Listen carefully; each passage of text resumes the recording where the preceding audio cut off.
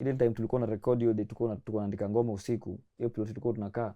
Ile plot fulani huwezi nunua hata ufa. Ukiweza nunua ufa kwa plot unafukuza hata kelele. Wataki hiyo sasa sisi tulikuwa jaba usiku ma story zimeshika mbaya. Tunaandika ngoma nipeleke na ring. Mama akona watu akatupea notice. Hiyo siku. So kesho yake tutafaa tuhame. Guy. Na kesho yake bado ndio tumeambiwa tuende studio. Sasa nashangaa. Mtafanyaje hizo? Tutahama manzi ama tena tutaenda studio. Na tuko na mapesa hata kuhama. Nimeje tulikuwa tunakaa ilikuwa guest 3000. 3000 tunakaa watatu. Ninyi sasa kama bulldogs. Nataka rent ni tao tu peke yake. Kuna time tulikuwa tunatoka club. Ilikuwa usiku. Tutoka tumetembea. Sasa hivi ni msanii ama tu before? Tukiwa wasanii. Tumetoka club. But sisi hatukuwa tumeshika sana. Tumetoka club I guess. Tukafika hapo Roysa tukaamua kushinda tuishie mtaa direct. Tutembea na mbogi tukishianga mtaa tu. Sasa ndio Roysa tunatembea mtaa. Kufika hivi pale kwa kuna river fulani hapo Zima the other side. Na hiyo unajua kutoka Roysa tu Githurai kuna hiyo break ya Zima. Clay City hapo hivyo. Tukapata na maskigari kimekaa kiprobox. Sasa wameshuka. Sasa ile pia hata unajua kule wameshuka. Unashangaa. Kihuti mbio, mbogi kaenda, mbogi kila mtu mbio. Hiyo karausa alitani sisi ni wezi for sure. Kila mtu watu wa sasa watu wale wamededi.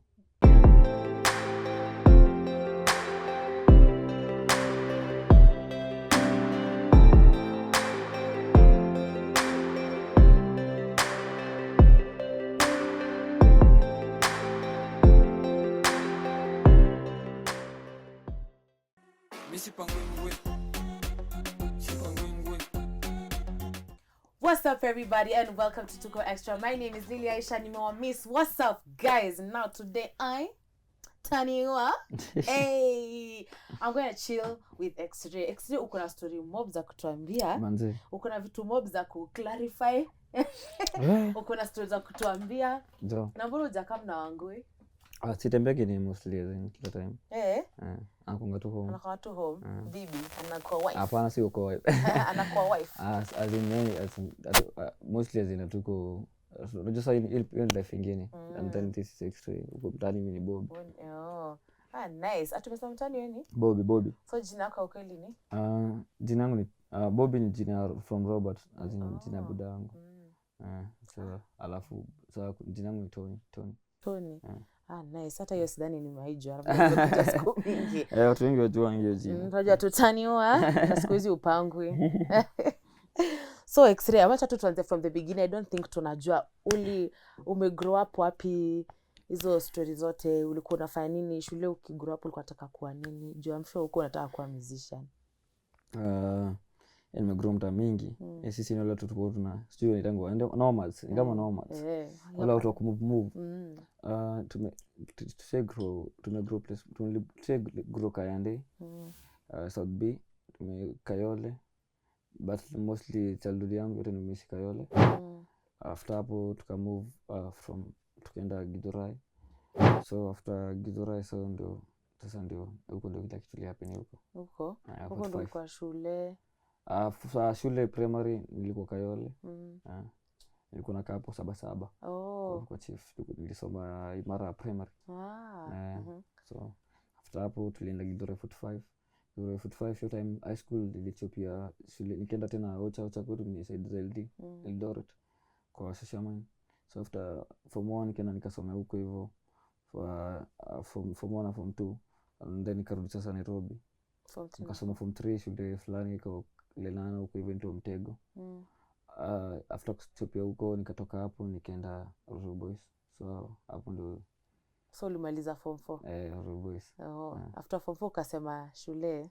Hapo. Niliingia pia chuo and then sasa by the time tunataka kuingia chuo ndio sasa tukaanza kufikiria stories za music. Alafu pia nilikuwa naangalia kila mtu wazi Kenya amesoma, Kenya kwa mbele yangu Kenya wameshamaliza kwa na certificate nini hawana mboka. Hakuna mtu ako na kazi. Naona so but chuo sikuwa nafanya music, nilikuwa nafanya spoken word, nilikuwa nafanya poetry. Jama funky same tu na hataki kuachwa usikie funky hiyo mimi huyo drama huko music kila mali kitu ukitaka kuchaguana lazima nikuwa hapo hakuna mali utaniacha mimi funky hadi nipigiwe story mimi funky ilikuwa kila kitu tu ilikuwa the only entertainment unaweza have at the moment yako ni time. So at least naikao ulikuwa unajua pale unaenda juu spoken word na mafanikio na usanii. But sasa nilikafika chini nikaona spoken word pia as in the fact as in unafanya poetry apart from hizo live shows alafu watu wengi kwa pay attention kwa kitu. So pia nikaangalia future yake nikaona mimi nilikuwa naangalia kitu nikiona future yake ina nabadilisha njia. Kiona kuna future huko na yani ilikuwa tu hivyo try vitu tu. So when did you decide ukasema nitafanya music? Nilikuwa na movie shop. So after nimemaliza high school nilifungua movie shop. Wa Githurai huko hivyo Mombi. So after nimefungua movie shop tukapiga kazi nikakaa nikaona mbona kazi ya kukanga chini manzi inabo. Azin siwezi kushinda hapo nimekata the fact unapata do inabomba azin nataka tu at least na move alafu nifanye pia kitu tanibamba. So after hapo join church group. Niliingia church. Niliingia church. After hapo niliingia church Catholic tulikuwa inaitwa Christ the King. Nilikaa hapo hivyo tukatulia church tukafanya madrama. Kulikuwa na mse fulani hapo alikuwa mtotoma alikuwa pia anatufunza drama nini so at least ilikuwa na pia another creativity ya art ya kuact nini so tukaact na drama tukafanya maizo shows za county governments za nini hizo county drama festivals tulifanya hizo manini zote tukafika semi-finals hapo ndio sasa drama ikakuja kenda break kidogo so watu unajua imekuwa big watu wengine wakamarika watu wengine wakatafuta job so after hapo sasa hiyo moment ya hiyo silence hiyo kila mtu asharudi kila place tukaamua sasa tutafanya nini manzi hakuna mtu wa drama hatakuwa that good kwa acting and stuff tukaamua sasa tuanze kutry music tuka approach pia church wakatupatia instrument kadhaa tukafanya ma stuff ngoma yangu kwanza ilikuwa gospel na saizi wacha tu ngoma yangu kwanza ilikuwa gospel baadaye kwa serious that much after hapo tumefanya ngoma tukarealize unajua pia nilikuwa naangalia wave naweza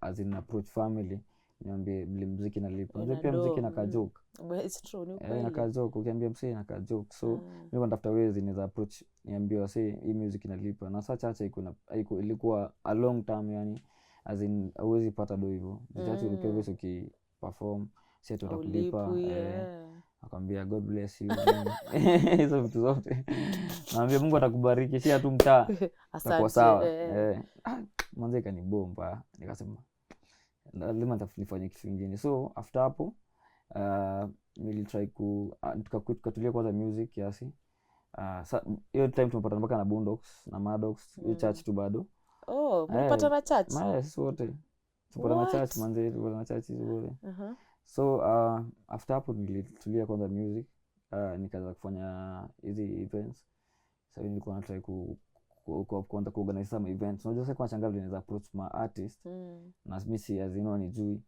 so nikaanza kufanya ma events tulifanya events na kina Bultros hiyo time Bultros mwenyewe ilikuwa ndo Shrap kulikuwa na kina Barak Jacuzzi Jovi hasa alikuwa hiyo side zingine za uptown but sasa nilikuwa ule mse as in noise as inaenda kusuka place fulani chuo nini so tulikuwa tunashindana nikibeba mabana hizo vitu zote tulikuwa na kina Bultros the whole way in 2017 I guess 2017 and 2016 tufanya nao events kama events nimeka big zingine zilifail akakuwa two time tu alafu sasa the end of the 2018 sasa ikianza Ethic after ametoa Lambalolo so tulikuwa tunajuana na Ethic but see that much tulikuwa tunajuana na video tu SWAT reckless nikaanza kukua sasa nilikuwa na best yangu pia anaitwa Victor alikuwa ni director so huyo director pia nini akanishtua akaniambia ni aje manze tuanze kushikana manze at least wananisaidia kubeba my life nini so tukaanza kumshikilia pia tukaanza kufanya naye mboka so nika approach Ethic kwa time tukwenda kushutia ngoma iko into Instagram pale Instagram so time walikuwa under hype ile hype ya Teleman so tuli approach Tele nini tukakubaliwa kila kitu tukachora script sio nini ili happen hiyo hype time Ethic kwa na I guess na issues na hype so wakatoka hype hiyo time hapo sasa ndio tulitaka kushoot hiyo video Instagram. So after we fail atukushoot tulishoot Rekogan Serereka. Ngoma ile ilikuwa Serereka. Ili organize kila kitu, location ilikuwa na tafuta tu, yani kila kitu, kila mtu from vile asili utakam set ni kila kitu. So by the time hakuna msanii anajua mimi ni msanii. Maze. Niko tu na mangoma tu. Msetua mkono hapa. Mimi nimesabu mkono. So in moment zote nilikuwa nachukua behind the scene, wasa kirekodi kwa studio na nasikuja tu na camera na kama na guide hiyo director wangu. Alafu tunashoot hizo behind the scene za session nini. So by the time nikakuja kusikia ngoma yangu wasema wala wewe ni msanii. So bado ilikuwa that serious. So 2018 I guess ilikuwa September. Ilikuwa sikia October before Halloween. So tulirecord ngoma fulani inaitwa Rombosa. So tukafikiria leo ngoma tunaweza nini inafanya tupate attention kwa public. Tukamutafanya hivyo. Tutashoot na nguo za uniform za shule. Uniform za shule. Tutafanya uniform kwa video and then tutashoot gengeton. Tumerekodi hiyo ngoma. So hiyo uniform obviously tungevaa on a normal days. Tulingoja siku ya Halloween. Tunaenda tukashutia kwa campus KKU, tukashutia kwa campus. So tulingoja siku ya Halloween. So unajua msera kiona tumevaa uniform atadhani tumevaa costume. So after hapo tumevaa costume nini. So msera akashangaa after tumetoa ngoma tukatulia 3 days tukapost ngoma. Kumbe na watu hiyo siku sijui waifanyia nini Matiangi, watu wao wamebeba mtihani. Sijui nini, kulikuwa na story mingi kuhusu watu wa chuo, mimba hizo time wasa watu wanaget. So hiyo ilikuwa challenge nyingine kubwa sana. So after tumedrop ngoma tukujua itakuwa effective kwetu. After tumedrop hivi ngoma wasengi walitanishini watu hii. Unaona, sasa watu wao wametoa ngoma washangaa, watu kitagwa kila mtu anatag Matiangi, kila mtu anatag ile malki. Zile mtihani house. Hiyo kuna ngamsei anajua story by the. Hiyo ndio success yetu ya kwanza, hiyo ni before Rien. Sio ngoma ilienda ikapata 5000 views one week. Na before that hatukuipata views mingi hivyo. So tukasema wow, tupata views mingi hivyo. Kwa hivyo kitu ni possible msanii za hit. Then I guess video yetu ilikuwa flagged out. Sijui kuna msanii report. Of course. Nini watu alisema zio alikuwa na wadhani ni mama yeye. Watu beza bidi kiwajua mkadhani watu wa shule. Hata ndio tulileka dread. Siku hata kamsia angecharge. Hata mtoto wa shule huyo. Mtu wa chuo. So after hapo hivyo tukatulia. Sasa ngoma imetolewa. So kila mtu ashaenda mitini sasa. Tumedhani tunatafutwa. Kila mtu amehepa, Odi amerudi Ocha. Mado samesha. Odi anapigia Odi simu, Odi hataki kuniambia ati Odi ananiambia mimi wewe fanya Exray. Kukiwa sawa utaniambia. Mimi pale niko saa hizi siwaambia pale niko. Kukiwa sawa utaniambia. So time ikaenda. After hapo hiyo tukapata na director fulani hapo Juja akatu approach nini akatuambia tufanye ngoma. So tukamwambia basi tutafanya ngoma yake na beat yake. Alafu sisi tukuje na beat yetu tutarekodi ngoma mbili. So tumwache ngoma yake na sisi tuko na ngoma yetu. So tuka-download beat tukarecord. Sasa ile time tulikuwa na record hiyo tulikuwa tunaandika ngoma usiku. Hiyo plot tulikuwa tunakaa. Ile plot fulani huwezi nunua hata ufa. Ukizanua ufa kwa plot unafukuza hata kelele. Wataki hiyo sasa sisi tuko jaba usiku ma story zimeshika mbaya. Tunaandika ngoma nipeleke na ring. Mama akona watu akatupea notice. Hiyo siku. So kesho yake tutafaa tuhame. Guy. Na kesho yake bado ndio tumeambiwa tuende studio. Sasa nashangaa. Mtafanyaje hizo? Tutahama manzi. Ama tena tutaenda studio. Na tuko na mapesa hata kuhama. Nimeje tulikuwa tunakaa ilikuwa 3000. 3000 tunakaa watatu. Ninyi sasa kama Bulldogs. Tao nataka ni tao tu peke yake. Kesho yake tukaamua twende tu haina shida tu wetu juu tutafanya kesho yake tutakuja tumsikizie. Tukaenda studio. Sijui bado nilikuwa ni session ya bure tunaenda kurecord. Kufika huko tukakuta marapa huko. Alafu pia aso walikuwa na get music ya genge tu na huko naona kama ni kitu serious. So hiyo the producer akututake serious akatuweka tu hapo kando. Tulikaa hapo mpaka saa 6 usiku manze tunatulia tunangoja wamalize kurecord. Ndio turecord. Saa 6 ikifika ameenda kulala. Ametuacha.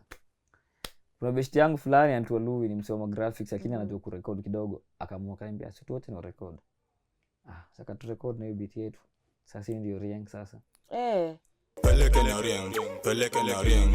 Kiki waka man peleke na Rien. Sasa after hiyo siku sasa kurecord. Sasa tukaanza kutry ku get hiyo demo, hatujapata. Tunafaa shoot Sunday. Hiyo ngoma hatuna. Tumwambia wasee tumetatisha pale. Sasa mimi nilikuwa najua na wasee kabisa. Nilikuwa nimejua kila msee jua hizo my events.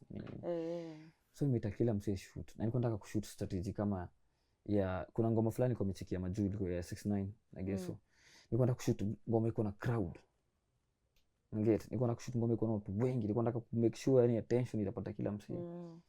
So tukaitana kila mtu shoot. Tunashoot pale Roysa. Watu wenyu. Tunashoot Roysa. Uko hivyo TRM drive. Tumeitana wasi wengi. So sio kwenye wanakaa pia unajua na usio mtaani wanakaa magumu so wamekudunga kombatu. Nini kuna usio kuna bado magwasho wako hapo hivyo. Azineni. Sasa ni nani yake? Wagwasho. Magwasho ni waizi. Yeah, ni waizi sasa wamekaa hapo ni nini. But sasa ni mbogi yetu ni watu tumegrow nao pamoja nini. So so wakakaa shoot hiyo siku tumekuja mpaka na GSU kwa shoot. Watu kwanza ni riot. Tulikuwa wengi. Hatuna director. Sasa kwa kitu fani tulikuwa tunajishutia manzi. Tushoot na camcorder. What? Wallahi nashoot na camcorder naambia Mada usinyaji sikilia camcorder manzi acha nipige pasi yangu haraka haraka alafu ndakushoot. Aya. Hatukuwa na director. Tulishoot the whole thing sisi wenyewe. Hatukuwa na director camcorder tumechukua camcorder. Ni record. Umeona record fiti. Angalia uchukue mbogi make kila mtu uko in. So after hapo shoot imekatiziwa. Tukakaa kitu 2 days. Tukapatana sasa tena na Victor Daniel akatuambia anaweza tusaidia kuedit juu alikuwa director at least. So akaniambia turudie kidogo mashine zingine ya shoot mwenyewe. Tukarudia scenes zingine kama like kidogo tu makatawezi nini. Then akaedit. Hiyo wiki tu bado tukai-upload. Ile place pale tulikuwa tunahama ile sijakwambia tukitoka studio day usiku tulikuta vitu zetu ziko nje. Umefunga mlango? Mlango ishafungwa. Ndio jamaa hataki pesa. Tumekuja na pesa tumpe. Just go. Tuwataki kwa plot. Hatuwataki. What the fact tulikuwa na dread nini. So tumehama. Tunatafuta nyumba kenye tutakaa watatu. Nyumba zote hakuna kitu kenye unaweza kaa watatu. Juu inakaa hiyo mbogi nini. Mbona so pia alafu hiyo staff ya waizi pia mtaani. Sasa pia kutaka mbogi. So hiyo plot mtu mmoja ameenda mtafuta nyumba. Ajui watu wanakaa hapo. So waje tuizi ingia ngati kwa nyumba tu watatu. So mkienda home, mmoja anaingia kwanza. Mwingine anakuja anamwambia, "Mshaingia, tulia after 10 minutes alafu come." So mwingine anakaa. Yaani ni kama unataka kumgotea basi una bagi ndani utoki. Sasa hivyo umsi yako ijua tunakaa hapo watatu. Tunakaa tu hapo watatu chini ya maji. Ni kama sasa tunakuja kutembelea mtu mmoja. Tumekaa hapo. Sasa ndio time tukishoot tukiupload sasa Riang, tukaupload Riang sasa. Sasa tumemako nyumba mpya. Tuna rent tuna nini. Udi sasa tumeenda tumefanya mjengo fulani hapo. Mjengo. Tumefanya hadi mjengo manze. Fanya mjengo sasa ndio utafute mpaka hiyo rent. Ukienda kutafuta hiyo rent sasa kwa mjengo pia unakuta sasa ni bado unatafuta lazima urecord usiku, uandike ngoma usiku. Unafanya mjengo pia inachoshanga mtu mbaya. Unabonya tu hapo unadaiwa mpaka na mama wako kukula. Unafanya mjengo unalipwa 400 per day. But umekula kama 300 each day. So ile pesa tu kono ni so. Unalipwa saa tu. Unafaa ulipwe saa tu. So unakuta hata hizo pesa zako hata za weekly unakuta huyu jamaa wa kubonya ndiye anakudai. Sasa unafanya kazi yani for food yani. Guy. Tukaquit. Odia kaingia akaanza kufanya mechanic pale Grogon. Akapiga mechanic yake. Madosa yeye anaunda Madosa ni carpenter. Madosa anaunda vitanda. Hapa kama rangi huko mtaani nini. Tunafanya tu kila mtu mboga kila mtu mimi kama mimi sizifanya hizo makazi. Sasa wewe unafanya? Wewe akiwa carpenter au ni msee wa Grogon huko? Sasa mimi nilikuwa sasa msee wako obviously kusuka watu. Naweza kuambia tu kitu fulani kama broker tu yani. Nikisikia mtu anatafuta simu. Unataka simu niko nayo, wewe niko nayo, usijali. Unataka simu gani? Techno. Niko nayo. So unaingia base nitafute hiyo tenje. Nilikuwa na masimu za wasee, wasio wanataka masimu na flash. Alafu wasio wanajua kuflash hiyo time. Wajua ile ku reset. So unaweza kuja na simu yako nikusaidie kuflash. Najifuacha nimeingiza kwa kompa hapo chini kumbe nafinya button ya power button na ya chini. Au utajua wasio walikuwa mafale hiyo time. So nilikuwa na get do hizo pole niki try ku get hiyo do ya kulipa rent. So pia mimi sikutaka kusaidia pia na family. Ilikuwa sijaipigia family ati simu ati niambie ati niaje. Apart from hata naogopa hata kupigia kwa sababu budangu na madhaa nimehama. Sasa nimehama yani you have to as in survive huko nje. Alafu budangu kwanza kutakanga nikuwe na dread. Budangu alikuwa anaingia kwa nyumba na hiyo dread ananiambia, "Wewe siku moja wenda nyoa ukiingia kwa nyumba hii lazima uko umenyoa." Sasa hiyo siku ilikuwa tu pressure kwangu. Feel tu yani nitoke mtaani. Tukaenda tukaishi studio. After ile keja sasa tukashindwa kulipa rent. Sorry. Ile sasa ile mlikuwa watatu na landlord. Tumeshatoa Rieng. Rieng iko na views, iko na kitu 5000 views. But sasa hatuna rent. Sasa tuna bills. Hamna do. Ngome imeshika, but sasa ngome hajashika atilia tunaweza sema tunaenda kutetea madhako mwambie ngome yangu imeshika manzi na hiyo unaona sote wanaromboseana kwa video. Sasa hauwezi pia zinaonyesha mtu yote zini. So tukaenda tukaka studio fulani tumeenda huko hivyo Kimboruiru. Tulikaa hapo like mlikuwa like a year, tulikaa huko hivyo like almost like 6 months. Ni watatu mnaishi kwa studio manzi. Sasa kama kurecord hata ajui kama tunakaanga hapo. Mattress tumeingiza kwa all drop. Ndio tuko all drop hapo. Mtu akikuja bro nadhani tumekaa mkurecord. Nyinyi wasanii usiku ikifika kutoka TV session hivi. Mattress toa chiti. Lala. Tatulia hapo. Survival tu. Kesho unasuka msee. Yaani maisha ni kusukana tu. Hakuna kazi. So unaweza udate dem rich akona do. Ama usipodate dem rich akona do anakusaidianga, yani huwezi fanya kitu yote. Hauwezi survive. So hiyo ndio ilikuwa kitu serious hiyo. Alafu after hapo tukaanza kutry get sasa shows. Show ya kwanza I guess tulipata ilikuwa tunalipwa 3000. After sasa ni ngoma after madam. Kwa ngoma tulikuwa ficha wakali wao. Watu wakaanza kutaka kutuita show ya kwanza tulilipwa 3000. Kila mtu ama every. Hiyo ni group. 3000 unajua ilikuwa guarantee yetu ya mwezi. Alafu tunapata only for 20 minutes. Wacha nikwambie tulienda kwa club tumeingia sasa pia. Tuko excited pia tulilipwa for the first time. So hiyo 3000 kitu tulilipwa hatukusave. Tulilisha mzinga nyingine. Ile mzinga tumepatiwa club tukatisha nyingine. Ile 10 nyingine. Wasanii. Tumesikia fit. Hiyo sasa reaction ya wasee ku accept. So yetu ya kwanza tulilipwa 3000. After hapo pia tukaenda tukapatana na nini nyingine. After hapo tukapatana na VDJ Jones. VDJ Jones alitupigia simu. So VDJ Jones kutupigia simu akatuambia ni aje kama tutafanya remix. So tukampongea na yeye akasema wako na Jegede wameplan hiyo kitu tunaweza fanya remix. So Jegede akakam through tukaenda tukarekodi hiyo ngoma. Rankada akakam, Christopher akakam kwa track. So ilikuwa pia excited pia kwa ngoma so mainstream. So nikuji sasa ndio ngoma nilichezea madhangu sasa na mzae. Kama chiki alifanya ngoma na Christopher Rankada peleke na ring kikiwa kama peleke na ring zikinyanya peleke na ring. But that time yani ilikuwa before usiku imwambia kitu yote. Tulikuwa tunatembea naye kwa road. Tatembea naye kwa barabara napatana na wasee wananigotea na mbona wasee wanakusalimia. Kwa nini umefanya nini? Nadhani ni maybe ni crime. So alikuwa anajua ni music. But it take time. So before accept yani it take a lot of time. But ilikuwa sasa after hapo tukarekod na VJ Jones. Hapo ndio next time tukarekod tena Boko Haram. So tukapata Sadafa. Tukarekod Boko Haram, after Boko Haram tukarekod Madogodhanyo KRG. Tukarekod the same time tu tukashutia mtaani kashika mbaya. So I guess hapo ndio journey yetu sasa pia sasa ya fame sasa ikaanza.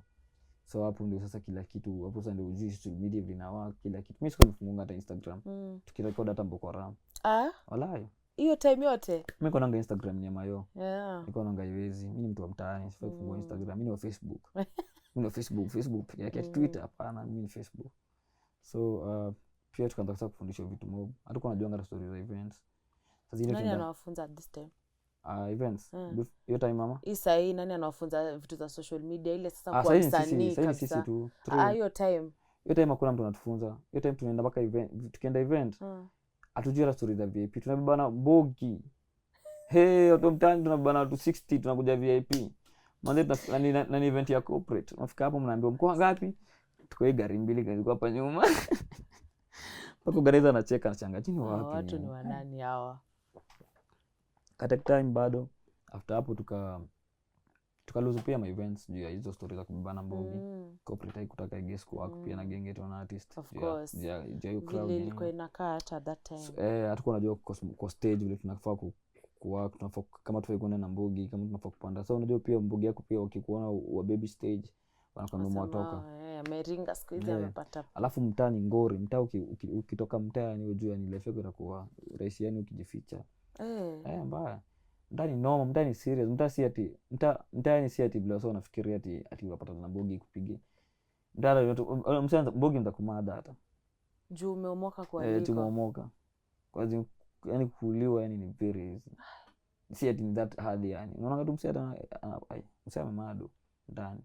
Mtaa ni kama in jail. Ukihepa wewe ni fugitive. Sasa ukitoka mtaa yani. Sasa ukitoka mtaa alafu tena umetoka mbogi hautawahi pata wasi watakuwa wanakutafuta. Watakuwa wanakuhunt kila time, so utakuwa unaishi maisha ya kujificha. Uoga. Mtaa ni that serious. Sasa pia alafu mimi nilikuwa najiona na wasi wengine mahadiko mbaya. Mahadiko hii ndio kitu kilikuwa inasaidia kusurvive mtaa. Nilikuwa na mahadiko, but sasa tena hiyo kujiona na mahadiko ilikuwa inafanya na shiko mara nyingi. Mimi nilikuwa nimeshikwa. Umelala jela mara moja. Innocently. So niliuza mabeshte yangu. Kuna time tulikuwa tunatoka club. Ilikuwa usiku. Tutoka tumetembea. Sasa hivi ni msanii ama tu before? Tukiwa wasanii. Tumetoka club. But sisi hatukuwa tumeshika sana. Tumetoka club I guess. Tukafika hapo Ruisa tukaamua kushinda tuishie mtaa direct. Tutembea na mbogi tukishianga mtaa tu. Sasa ndio Ruisa tunatembea mtaa. Tukapata na masansi. Tulipita kwanza before tupata nao masansi tulipita kwa petrol station fulani. So pia wasio lidhani sisi ni magwashi, tumetoka tu base, tumetoka kuiba. Kufika hivi pale kwa kuna river fulani hapo Zima the other side. Na hiyo unajua kutoka Ruisa tu Githurai kuna hiyo break ya Zima. Kile city hapo hivyo. Tukapata na maskigari kimekaa kiprobox. Masansi wameshuka. Sasa ile pia hata unajua kule wameshuka. Unashangaa. Kihuti mbio, mbogi kaenda, mbogi kila mtu mbio. Hiyo Karausa alidhani sisi ni wezi kila mtu. Watu wa sasa watu wawili wamededi. Sasa hivi watu watatu, mmoja ameshitiwa mguu. Alikufia leta usi. Wawili wakufa instant. Sasa hiyo na mbogi moja. Sasa hivi mnafika mtaa. Mnashanga wao. Mimi kitu msibaki mtaa. Ninge mitini. Alafu sasa ukiona amemala msee yani you trust me atakutafuta bora kama mwingine umehepa anakutrace. Na sasa uko innocent. Sasa uko innocent. Anakutrace anakutafuta. So sasa tukashangaa ni music tutafanya ama tutaipa mtaa. So lazima tuende Exray kwanza tutulie. Tukaenda Exray kwanza kidogo. Alafu tunarudi bado kufanya sasa muziki bado. Tukaanza kurekodi mchana. Sasa hatuna pesa za kurekod. So blessed to the record tunasukutare kusuka wasi. Alafu mostly as in the fact as in gengeton artist. Hauwezi mtu anakwambia sawa umembanga tu mimi sikoje kuona. Watu wa bigi kwanza kwa hakuna mtu alikuwa kuona mahali, so hiyo perspective pia. So after tumefanya madogozani na Gisring remix kina Christopher sasa ilikuwa sasa ajua kwa mainstream already nili introduce kwa TV sasa ngoma zetu kwanza kucheza kwa media, so by time pia watu wakaanza kutujua, so pia the moment so feminine zili increase ndio sasa watu wanaanza sasa kupata na Sansia na kugotea wanajua wewe ni msanii sasa. But before hiyo yani ilikuwa life ngori. Gengeton mimi na believe gengeton wasanii wote ndio wajai speak out, but kila msanii kinyamishi mtaa life yake imekuwa ngori, imekuwa hard kabisa. Asina vile sameshiko na mangori zingine ndio watu wasemangi but sisi ndio hizo ndio vitu tumepitia ngori ndio unaona msee azina king. Tukiongelea story fulani ama tuseme kama group fulani kama Mbugi Genjo tukiongelea scene fulani ni story hazina happen kwa huyu wamepitia ni story na happen kwa huyu ni kweli tu, hazina hakuna kitu kudanganya. Exray umenishtua man mpaka masanse hiyo kitu imenishtua. So sahi umetoa at this time mko Madogodhani ndio ilikuwa your breakthrough. Unaweza sema hivyo. Ring remix zote ni ring remix. Hiyo ndio ilikuwa na sasa awase wote. Akina na KRG mlifanya Madogodhani na KRG sio? KRG aliwapatia do your time. Wacha KRG anapatia na mapesa sana. Wacha kwambie kitu. Tukifanya Madogodhani ni Daniel tupigia, Dijileta nilitupigia simu. Dijileta kutupigia simu wewe ametuambia aje. Mwanzo tufanye ngoma na pia KRG alikuwa. Tulikuwa tunamjua juu ya ile ngoma zake na nani ndakunani na DJ Kalonji. Ilikuwa pia ni Tulambalolo hiyo time. So tukapatana naye studio tukarecord. Alikuwa amerecord hata sijadu ama anything Madogodhani. Hata tulikuwa na audio mimi nikarecord intro yangu, nikarecord verse. Nikachana na chorus, nikamwambia chorus audio kikama ataset. Sasa ndio audio kama karecord Madogodhani. But pia kuna kitu kingine KRG kama tu promise, KRG sasa tu promise after tukishoot ngoma atu promise akatuambia atupatie kamera. Na sitaisahau mpaka leo jioni hiyo kamera. Alituambia atupatie kamera.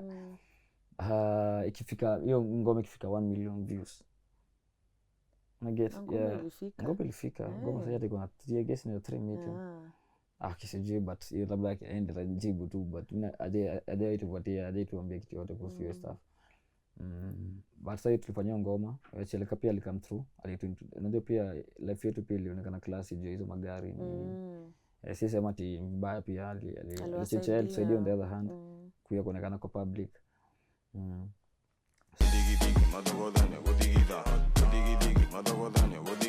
So after Madogodhani nilitoa na Naibwe. Pia video yake ya Sondeka. So nikiitoa video yake ya kwanza sasa original before remix. Nimeenda kwa video yake, nimeenda kutoka tu kama vixen. Nimetumia pia kwa video. Kwa mimi na Gwash na Maddox. After I guess ngoma ilitoka, sasa nikapigiwa sasa na manager Naibwe akaniambia niaje. Remix. Tunataka tufanye remix. Sikuwa najua mseta kwa ngoma. Nimeenda studio, tumeenda by the way wengi. Mmoja mtembea na wasi. Unapenda mbogi wewe. Unapenda mbogi mbaya. Nataka kufeel alone. Mtu anakaga amechanganyikiwa mbaya. Sitembea peke yake unashangaa sasa unafaa kufanya nini? Tumie simu. Kwanza upate watu unapiga story na huyu yuko involved. Unakaga umechanganyikiwa mbaya. Mtu unakanga sasa lazima utumie simu. Kama na simu sasa ikizima sijui utakaje hapo. Utakaa tu hivi. Utakaa tu umeangalia kila mtu. So tukaenda hiyo siku kwa studio. Pia I guess Naibwe pia kuna expect ndakuja na wasi. So leo nimeingia hivi kwa studio hivi. Naibwe ameshangaa tena nimekuja na watu tena. Obviously haku get kwa nini nimekuja na wasi. But mimi simply nilikuja na wasi ile response ya ile time ya are you ready? Nine. Are you ready? Nine. Are you ready? Nine. So response. So response wangu indelieka na kulikuwa ndim fulani hapo alikuwa alieka. Anatoa ilikuwa style, akaunta style ni vixen yetu bado. Pia mtembea hivyo jia hizo mabackups nini. So after tumerecord ndio sasa kulikuwa na Kagomwiga iko studio. Sasa Kagomwiga akaambia guest Naibwe akamwambia kitu bezi ni noma. Sasa kuna kusikiza the whole song, kumbe the whole song kumbuka na calligraphy kwa na sasa ndio verse yangu ya kwanza. Na hiyo verse ndio inakuwa imeshika. Manze. So tonight ilishika mbaya. After hapo sasa ime blow up. Me the first time najipata mpaka nimeitoa maad show hiyo Pulse Awards. Mimi shangaa so after hiyo ngoma niliji hatuko find deal bado na Black Market. Tulikuwa tunafanya tu sisi wenyewe. Nyinyi ndio kila kitu. Sisi ndio kila kitu. Tukashoot ngoma. Before hiyo tupatane sasa na Black Market tulikuwa tunafanya ngoma fulani hapo inaitwa Tao. Si dharau chapa na nina tao. Si dharau chapa na nina tao. Ile featuring Ethic. Hiyo ngoma ilikuwa yetu at first. Nilita Reckless studio. Sikuita tu wote wawili. Nilita Reckless na Azila. Nikamwambia ilikuwa ngoma mimi peke yangu na ngoma ilikuwa yangu na Reckless. Basically. But sasa Zila alikuwa kwa studio time akikam Reckless. So Zila ka record verse. So tulikuwa wako wawili mimi niko peke yangu. Ngoma ingekuwa bado full. So ni kama Bundo na Ethic. So nikastua kina Odi. Maddox. Tukarekodi hiyo track. After kurekodi hiyo track hiyo time tulikuwa tunasupporting ma video time ilikuwa Chipkizi. So Chipkizi alikuwa guest ame travel Tanzania.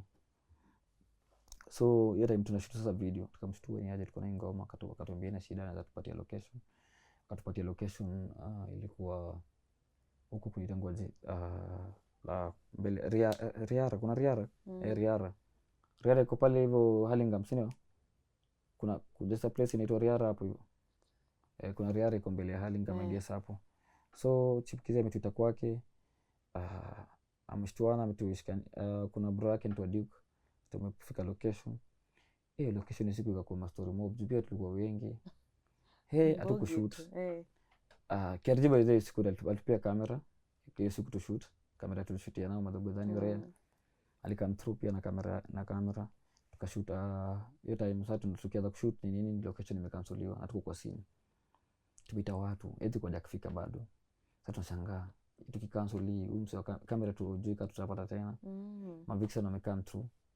Hiyo time Mavixen alikuwa analipa Mavixen. Hiyo time Mavixen alikuwa kujenga for support, bogi. Tukaenda gym fulani hapo, nilienda nikakuta gym nyingine hapo, ilikuwa hapo karibu na hiyo place. Tukaapproach hiyo gym. Bado mara kwanza hata kuna joto na shoot nini, atakuwa jaribu copy kumbiambia story. Tulikuwa na do pia nimesave I guess 15k na pia Odi alikuwa amesave mado. Pia tukalipa mimi na Odi, tukalipa location.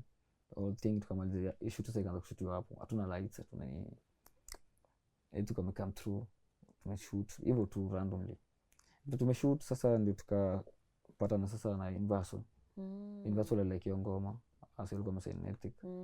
So wakatu approach ni tukafanya deal nao, tukapatia track na yote ikiwa na video. Maji akapatia audio yake, kila mtu akapatia audio yake, director sio wote tukarudisha audio yetu, video kapost kwa Ethic, ngoma kaenda hivyo. Alafu so later on nilipatana sasa na Sailors. Nikipata na Sailors tulipatana sasa ukitoa, ilikuwa ile ngoma ya kwanza kile blow up Mlambezi. Wale watoto wa Mlambezi hiyo time. So ilikuwa napata nao, tunabonga tu mtaani. Sisi tulikuwa easy, si watu wengi tulikuwa tunapata nanga sana. By the way, ni kama mnajua nanga. Na mara mingi tukipatana tuna vibe tu. So tukapatana nao, tukafanya tutarecord na Sailors track 2 before kuna issues na mwalimu wetu. Tufanya track 2 nini after hapo tukapatana sasa na Black Market. Black Market ka come through, tukafanya deal nao, ndio tukarekodi Kidole. Sasa Kidole ndio hiyo blow up. Design makorina kiwajaba kukumanga weni kukutaga. So the whole journey from hapo imekuwa tu hivyo sasa.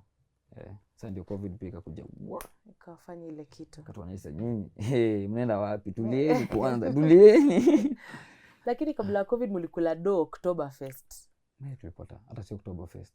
December kuna event after event. Kuna siku tulifanya event 5 the same night. I swear tulifanya event 5 the same night. Tulifanya every school ilikuwa Nairobi. Tuliperform KU, tulikuwa na show MKU ya Thika, tulikuwa na show Riara, tulikuwa na show ya Nairobi University. I guess Africa Nazarene bado tulikuwa na show one night. Na bado tulikuwa na club appearance Blends Thika Road one night. Si mmechoka? Tunafika hata backstage, ukitoka hapo backstage unatupata tumedoza mwanzo. Kwanza tutulie, kwanza tumechoka. Tuliamua tuchukue do sasa ile iko. Tumechukua, tumefanya tu mara moja hiyo wiki mzima, hata 20 show. Tumelala tu. Sasa hiyo ndio life sasa inaanza kuchange. Pia unajua sasa unajua sasa ni leo amdeipata kwa life, so amwezi take chance. Mnalipata utatu. Hiyo hapana, hiyo time ya nini ya 2019 tunaanza sasa, tuna time event yetu baadhi ya kwanza kupata gig yetu ya kwanza tulilipona ule msenta bwana yule mse wa 1824. Sasa jina yake ni promoter. Jo Mushiri ndio alitupatia event yetu ya kwanza, pesa mingi alitupatia mara kwanza siku lipo 50,000. Mnaona 50. Wewe sasa naanza kuambia 50,000 sasa kuambia sikutaka kuambia na mtu kitu. Kwanza niingia kwanza mitini kwanza nizime simu 50,000 ilikuwa lot. Ilikuwa lot. LK Jo Mushiri amesupport Gengeton for sure. Amesupport anytime. Kwanza si alikuwa anatupiga maripost apila sisi kumwambia. Jo Mushiri amekam through. Sikizi tu anafanya mapiano, amesahau. Hiyo doka mtu anaenda pale pesa iko. Lakini iko fit tu but mimi by hiyo time ilikuwa event organizer kwanza tulimwambia but event organizer kwanza kutulipa hiyo pesa. Ile ni 1824. Na hiyo treatment hatujawahi have a treatment tulititiwa siku. Tulifeel kila kitu ilikuwa umelishwa, mmepoa mzinga, kila kitu. So after hapo tukaanza kucharge 50,000 tutosa hiyo show. Tukapata ma gigs. Hivyo sasa ndio life come through to increase price. Tukakuja sasa tukaanza sasa social media ikakuwa heavy. Sasa zingine tuna try kupost kitu, unapost kitu fulani unakuta social media imechange hivi. Unakuta ilikuwa stressful, kuna sometimes mpaka tukafeel kama tunafaa kudelete Instagram. Mbona nina survive na Instagram? Instagram ni a lot. Mbona nitumie social media? Fanya tu show kwa upata pesa yako. Nikaacha kutumia phone. Hata by now situmiangi phone sana. Ni ngumu sana nipate kwa phone. Achanga phone hata mtu unless call naweza receive but ni ngumu sana niweze kureply. Naonanga ukitaka ku avoid hizo vitu zote ni usisikie Kenya ujui unajua eti it doesn't hurt you so nilikuwa na feel pia kuishi bila phone. In future ndaishi bila phone tu one day ndaishi tu bila phone. So kitaka kunikola na call mse mwingine alafu naambiwa kama ni kitu mbaya eri baki tu na wewe mse hold hivyo tu huko. But ndaishi na prefer hiyo life ya fame ni crazy. Fame ni crazy kushinda vitu kwa tunafikiria. So by your time tena tukaitwa na Sauti Sol. Sauti Sol anatupigia simu. Manze. Tukaitwa studio. Tukababi nao manze mtaa. Umekaa manze. So unajua pia mimi sikuwa na expect ati kama ni Sauti Sol. Manze wakatuambia mnafanyanga nini mkiandika doba nini? Jaba wakatuchukulia jaba. Mimi sasa nimeona jaba hivi imeshika. Tukavibe usiku. Walikuwa wote Savara Achimao. So tukarecord track usiku. After hapo tumerecord hiyo track, tukarecord tena Pombe na Sigara ile Anviri. Tukarecord remix tena on. Pia so walituongelesha wakatupia advice all about industry. So after hapo pia tulianza kutake different perspective as into kwa msanii. Sasa tunafanya business sasa. Before tulikuwa tunafanya business, before tulikuwa tu fun na ile uzingatia utoi. After hapo pia later on Calligraph akanicall Tenje nikaenda studio. So unapatana sasa na Calligraph sasa. So kupatana na Kali studio hiyo time imekuja manze hata sikuwa nifunga shoelace. Nakumbuka hiyo time nimekuja na shoelace zangu ziko kwa mfuko. Nimedunga ndege zangu na shoelace. Nilikuwa na haraka manze. Ni Calligraph always waste time. Manze umechelewa jo nini? Nimekuja mbio. So ile nifika na studio tukavibe na yeye. Pia at least nilikuwa na prefer mzee akinipea advice more than tufanye ngoma na so tulibonga tuka kama na idea pia za tracks zingine tuka zirecord later on. So after hapo pia tulipatana sasa leo sasa hiyo mwaka mwingine sasa tukapatana na Bahati. Bahati sasa gospel. Ndio kuna Bahati mwingine. Kuna Bahati wawili. Ule machachari na kuna unasema Bahati huyu wa kuimba. Bahati wa kuimba. Hii ni 2020. Time ya COVID. Time 2020. Tukapatana na Bahati. So Bahati ametupigia Tenje aje. So mnashanga wao ni gospel artist manze. So tutafanya tango. Tukapatana Safari Park tukabonga. Aliwapeleka mahali kifahari. Nakwambia nimefika hapo kwanza sijui nasema sijui ni order kitu J kula hapa naangalia tu menu tu. Kila kitu hujawahi kula. Hujawahi kula hapa na order mimi. Wewe msee atalipa. So after hapo tukapata studio tukarecord. So tukirecord track tumekaa the whole night tunashangaa turecord nini. Hatujui bado hatuja record gospel before. Tunarecord ile za kitambo but sasa it's different sasa. Hatujui vile msee atatake tukisema hivi tukiget. Baada tuambie tuko tu free tuko easy. Tulikuwa na Wisdom pia kwa studio. Wisdom sasa nilikam hiyo idea hiyo chorus sasa taniwa. Bebe asinda kinitaita utaniwa zinakitumia utamu akasema usipo tu kwa chorus mahali ama kwa ngoma. Na tukaiput hivyo sasa tukanika record ikiwa hivyo. Mashere taniwa izikielere taniwa jina ya ngoma. Sasa ndio ngoma sasa ikatoka. Tukitoa I guess tukishoot tumeshoot video tumelala. Watu wametujia hadi mtaa nini. Tuje record, ilikuwa the first time tulishoot video tukiwa 100% sober. Unajua ile sober yani uko wow. Yani hadi umeboeka. Tuko 100% sober juu kitu kile tulibaiwa kwa hiyo shoot ni soda na maji. Soda na kahawa na nini. Mpaka watu ni sawa, acha tumalize. Niko church. Sasa niko church. Sasa lazima mkae mchange lifestyle yenu usiku. So after tumerecord na Bahati, I guess pia ngoma ya Bahati pili to introduce kwa another crowd ya Mata kwanza. Mata mtaani walikuwa wanasikiza Bahati sana. Wengi wa Mata wengi. So pia ilikuwa advantage kwetu. Pia after tumefanya doba sasa ndio pia vitu mingi zikaanza kuongezeka. As in numbers nini kila kitu. After tumefanya taniwa I guess tulifanya ngoma zetu bado solo tukaenda break. Mbona muli take break hivyo tu? To take break pia juu kulikuwa I guess pia unajua mimi alikuwa nataka feel kama kila mtu as in ako so as in kama kila mtu anafaa kuishi life yake at the end of the day. I get uko na life yako so ufai kuishi life yako sio mtu mwingine. Tukikaa mseme mimi ngoma fulani na nibamba na probably kubambi nitaifanya. So na mimi nitaifanya. So after mwaka ikienda kuisha na realize niko na masingle mingi na nilikuwa nataka chorus na ziacha record. Watu group pia iko na so tukaanza kufikiria unataka kama chorus sio kama chorus and then record track. So hiyo challenges pia ndio ikafanya tuanze kurecord singles.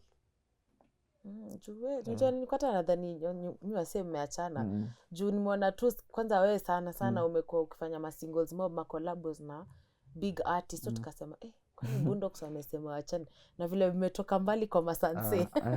Hatungeachana. Pia unajua tuseme kama ile vibe ya Odi ilitoa alitoa ile Mugithi my love songs. Mugithi so atunge sema hiyo ni style anaweza babika nayo. So pia as in sasa kila mtu akaanza kupata mtu agetu kwanza comfortable na place yako. Pia unajua kiwa solo ni easy as in kujicontrol than kucontrol group. So ndio kama tu ni break kiasi. But sasa tuko tu yani as in tuko pamoja. Bado Bundox siko ni vile tu. Hata ngoma zangu singles tumepiga zote. Odi amekuwa, Mados amekuwa. Tukiandika zote tu. Wako. Pia upate trio mio tuseme Sipangwingwi. Na Odi amebaka pia part yake ya verse. Kuna mali tutasikia tu sauti yake iko involved. Sauti ya Odi amebaka pia part.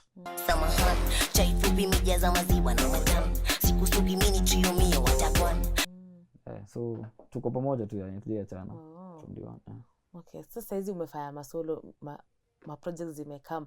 Umetutolea the recent one of course Sipangwingwi, hiyo ndio tunaimba hadi mama yangu hata anasema Tupangwingwi. Hiyo that's a big thing. Juzi nili interview msee anaitwa Zindiambo. Akasema hiyo jina Sipangwingwi imetoka kwake. He's the originator of it na alijaribu ku get through to nyinyi Triomio. Kwanza akasema Triomio yeye ashapangwa kwa shule. Akasema Saru hata hakuwa anajua Saru ni nani. So I didn't even have a way of communicating to her. But wewe alianza kuongelesha DM na akasema wewe ulikuwa na respond. Na ikafika point ukasema ukamwambia akupatie logo yake umsaidie kupropelio logo ya Sipangwingwi. What is your side of the story? Unajua kitu fani kuhusu hiyo story. Unajua hiyo jina Sipangwingwi ilikuwa hatukusikia kwake for the first time. Get hiyo jina ilikuwa mtaa. Ni kama hizo jina zote zimekuwa Rieng. Unaona hata Rieng, Lambalolo set ni ilikam kwa ethic for the first time. Ilikuwa na before. Kwa time kina si hata nani alikuwa ametoa before. Ndako nani KRG the Don. Kwa ametoa hiyo ilikuwa ni slogan ya mtaa. Get as any basically hata kama ingekuwa jina chorus ni slogan ya mtaa. Ilikuwa slogan ya mtaa. Alitumia kwa sababu ilikuwa reggae jo alisikia mahali.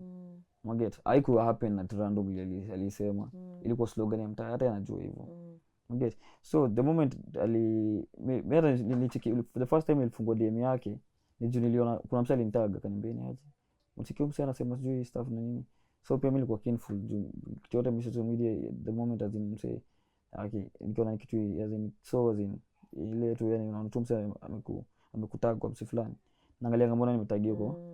So nikafungua ni DM yake nikakuta kumbe amenitumia kwa kini text from 2018. Sijai fungua text yake before. From 2018. Nikacheki nikaona from 2018 hapo hivyo. 2019 2020. Niliangalia huko juu nikaona ni matext kitambo. Sikuwa namjua before, sikuwa najua jina yake. Sikuwahi muona before. Unaona, mimi sikuwahi mjua before. So nini alafu after hapo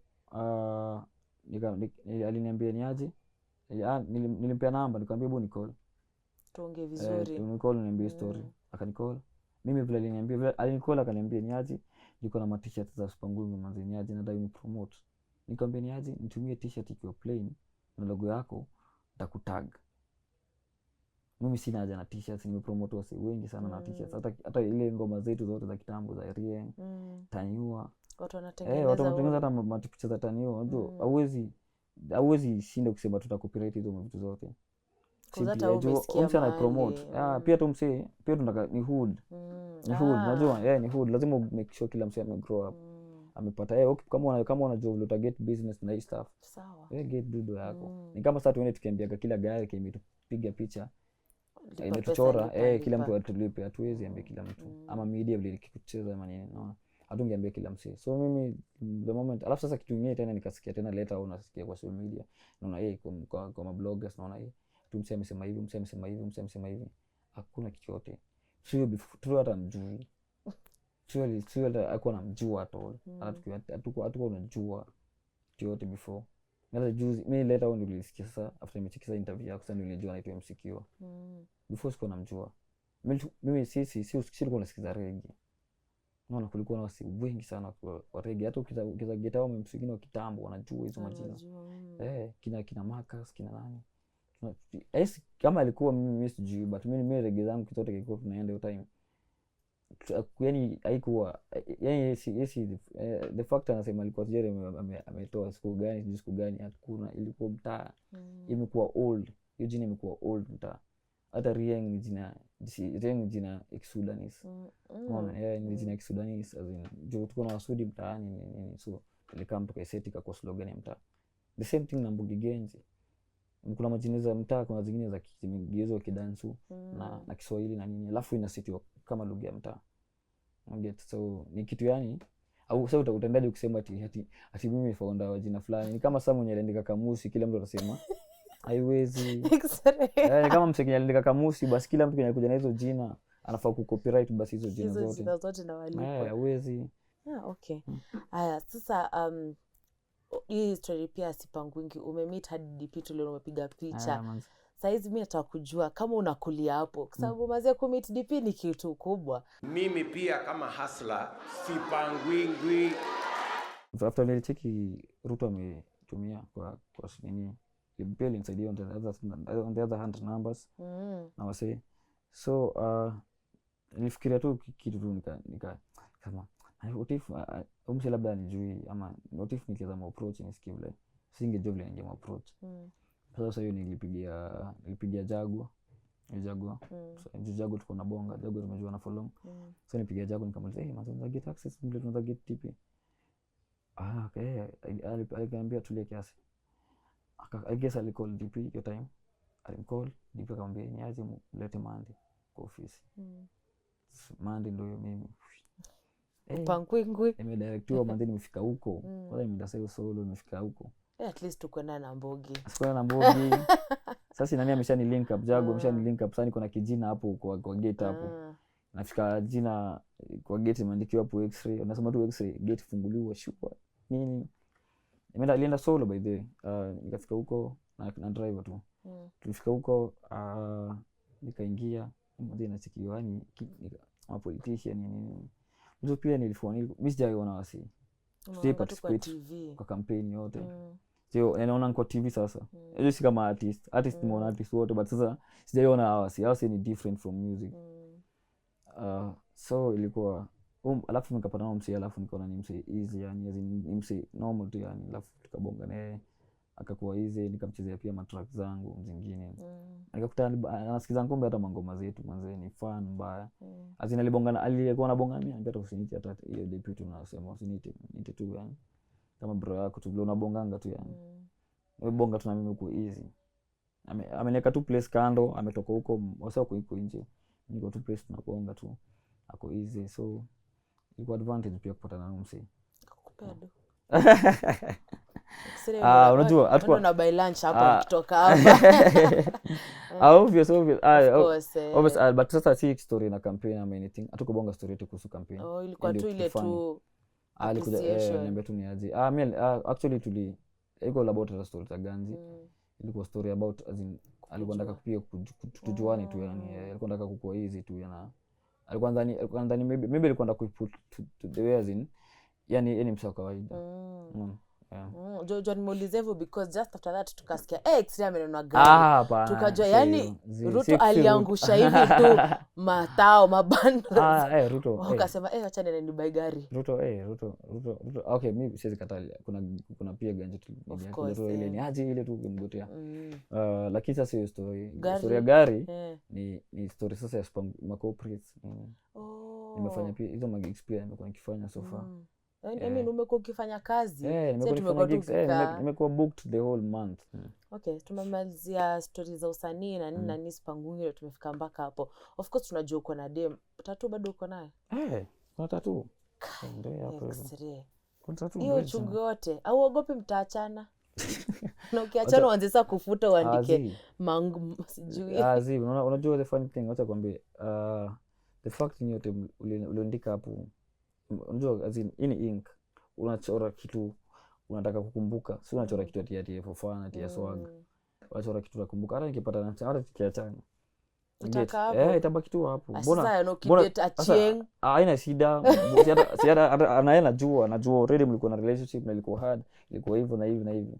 Nage tumelast for I guess for 4 years, tuko na 4 years sasa. So as in hata in case hata tukizaachana na utatutaki memories tu.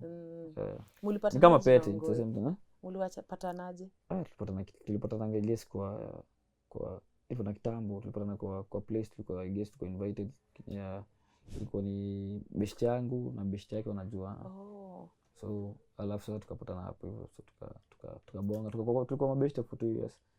Alafu tukaanza kudate 2018 but kujuana ni kama 4 years.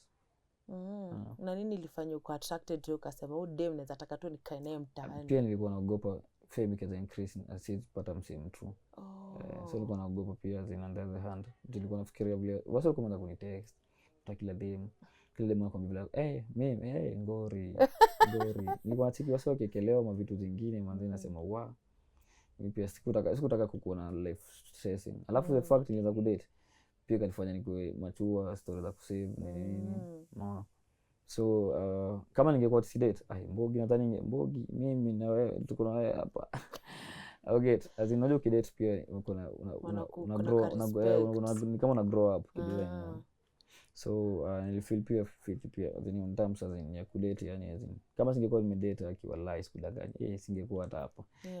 Nilikuwa na date before watu wengine but mimi the moment nilipata msanii za settle na mimi as in tuna settle pamoja, si ile tuna date ati tunakaa kwenyu hayakuwa kwenyu uongo. Kuna ndo na dating hata haja introduce kwao. Na get as in kama dem aje kuintroduce mtaa fikiria hata kupanga na future. Ama kama boy aje kupeleka huko mpaka kwa Mataki kwa tuko so close na Mataki. So tuseme tu tungoje tu harusi watoto. Hii ni long term inshallah. Kwanza tuko so close na family even more than vile tunaongea na Wangoi. Mataki ni mse easy, very easy as in the fact that you want support your family pia niliona kitu nazo mimi shade dem ngine before Wangoi. Mataki alimake life yangu tu Madrid najua huyu maisha yangu ilikuwa tough. Nimeshikwa juu msichana tuachane make agreement huyu usionekana na msichana tena. So hapo unaona hii uko tu sawa. Matake pia family pia I guess family was support pia relationship yenu mmoja last. True. Juu pia Manux nini mtakuwa tu na mabad luck tu the other. So mimi hata inabidi mnaachana tu yani. Just and set to but sio tuompendani juu family ya yeye hizi ndo mahali tuwezi kitu kidanganyanga ati na family. Okay, Exray. Hiyo tumejua. Sasa hii mwaka imeisha. What is the biggest highlight hii 2021? Ile kitu ilifanyika hii mwaka ukasema tu yenyewe thank God. 2021 pia nimekuwa crazy. Pia niko grateful pia nilikuwa kwa label. Juu kama singekuwa kwa label 2020 ningejionea mambo manzi. Juu pia madoza nini za rental nini. Watu wanasema sign na label. But mimi nilikuwa kusign na label kinyi zaongea na CEO. Mimi naongea na CEO wa Black Market. Ni msempoa. Alafu hakuna msee yote tani direct kwake. Ni wewe. So ni mimi na yeye tunabonga. So far na feel so grateful pia kwa label pia. Na pia hiyo pia Teona CEO Cedric pia come through. So for now niko na projects mingi sana zina come through. Niko na collabs nyingine zina come through. After nilifanya hizo ngoma ni record Kenya nilificha Major na Ndovu Kuu zilikuwa kitambo. Nilikuwa na hold nilikuwa nangoja tu kufunguliwa tu hivi. So ulijua Ndovu Kuu kitambo hivyo na sisi tumemjua juzi yake. Nilikuwa nifanya remix ya Ndovu Kuu. Nilikuwa niko kwa remix ya Ndovu Kuu. Time tuko na pale nilikuwa si tuko na producer. So nililet pia kutuma ngoma. So nikamwambia tu toa by juu producer nimeona hata ni hold for long. Sasa nikatolewa na tukafanya ngoma nyingine later on, so tukafanya hiyo Sherati. But Ndovu Kuu remix tulikuwa before Ndovu Kuu remix tulikuwa tunabonga na Ndovu Kuu. That's nice. Tunabonga nao. Sasa tunasema 2022 to expect makolabo. A lot. Mimi hufanya feature sana. Mostly mimi communicate na artist wengi sana. Na pia the fact ya kufanya feature pia na feeling ni advantage kwangu because na try ku communicate pia na watu wengine.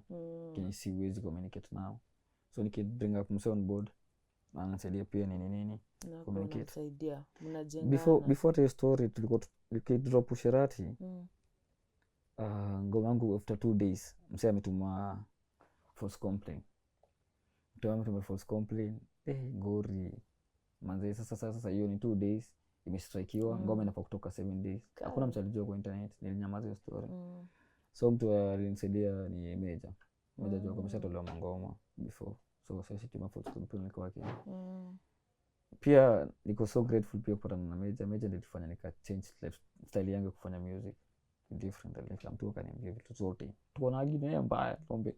Mimi najua hizo ngoma ziweze international. Mimi najua kina Umaleo wanafanya ngoma na Ngoso, ndio maana nenda tulikuwa na time tuliagine kwa time tulikaa chini tulikuwa mimi Major na Avril. Nataka kuambia Avril namwambia mimi na feel tunafaa kufanya music different. The fact amekuwa consistent kwa gang for long. Na Major pia amekuwa so tulikuwa tunaongea argue time ilikuwa biggest conversation. After hapo sasa ndio tukakaa kukaa chini bila sema kweli kitu Major alikuwa anasema mazee ilikuwa true kweli. So for this year thanks to Major a lot na Calligraph. I want to say thanks the most na label pia Black Market. Na producer pia. Producer amerekodi track anaitwa Byron. Ni producer hakuna mtu alikuwa anamjua before. Tulipata na yeye haiko tu record na alipata yule producer kwa amekuja kurecord na nilipata acha zima. Akoma madawa vitu. Nikachange producer. Nikapata na yeye so pia nikafeel producer mwenyewe pia ni msee humble sana. So tukafanya ni track mingi tulirecord na more than 70 tracks. 50 tracks zilipotea kwa hard disk. Hard disk iliingizwa kwa mashini fulani kwa na virus ikaformat. Wow. Sasa tuna 50 tracks. Mimi nilipoteza 50 tracks. This 2021 nilipoteza 50 tracks hivyo tu. Na ni tracks noma sana, ziko na collab mingi. Kuna ngoma nyingine na Major. Niko na ngoma nyingine na nani Masauti. So itavu record tena. Lazima tu. Ama tu ni wase wakubwa. Anze. Tulipoteza hizo tracks. But ni sawa tu itakam through tena. That's nice. Lastly nataka kuambia nini watu wako? Kamera yako ndio hiyo. Watu wangu manze, subscribe kitu ya kwanza pale YouTube, washa bell kama kawa. Alafu pia nishifollow social media hata ya Exray nini. Alafu manze ngoma zina come through. Alafu pia kitu kingine bado wasema ndio anza kusikiza ngoma za Kenya by sai. Nafa msikize ngoma zetu a lot. hata msiposikiza ngoma zangu, sikiza tu ngoma tu ya msee wote Mkenya tu. Make sure kwa subscription zako yani sikume followers ya foreign peke yake na Latini matisto majuu. Jara tu soma juu, watu kiweza comment hapo chini, watu na comment yako. Wako na 23,000 comments kwa ngoma moja, wewe comment yako. Afadhali mimi unaweza comment kwangu, ukicomment vizuri nitacheki tu. Ama pia unaweza follow IG, uni DM pia, naweza ona DM yako nita reply back. So utashinda hapo DM hapo Beyonce hapo hivyo ama sijui nani. Tena hata anakujui, hata wahi kujua, hata wahi kuput first before put wasi wao first. Hao sio wanakugana na stuff yao kama ile stuff ya Black Lives Matter. So by the time sasa tunafaa tuanze Kenyan Lives Matter pia, Kenyan musicians matters, una get. Tupende tu waone. Hiyo ndio kitu ya maana naweza ambia wasi. Na pia wasi kitu kingine manze, whatever you have to do manze, msipangwe. Next year ni campaign, vote wisely manze. Whatever zinuka usaidia yote, vote wisely. Hey, Sipangwingwi. Msipangwe manze. Vote wisely manze. Man, guys, that has been Exray. You've learned so much about him. Mwana mwambia nini msipangwe, please. Don't. Msikubali kupangwa. And also you've learned that this guy has been through so much with cops and everything. I think it's time this notion changes. Mse akiwa na dready, akiwa tu anadu kazi yake, si lazima mse ni mwizi. They're just living their own life, just doing the most. But it's been real, guys. From Exray and I, we say Atupangwingwi wase. Msipangwe manze. It's been real. Bye, guys. Taniwa.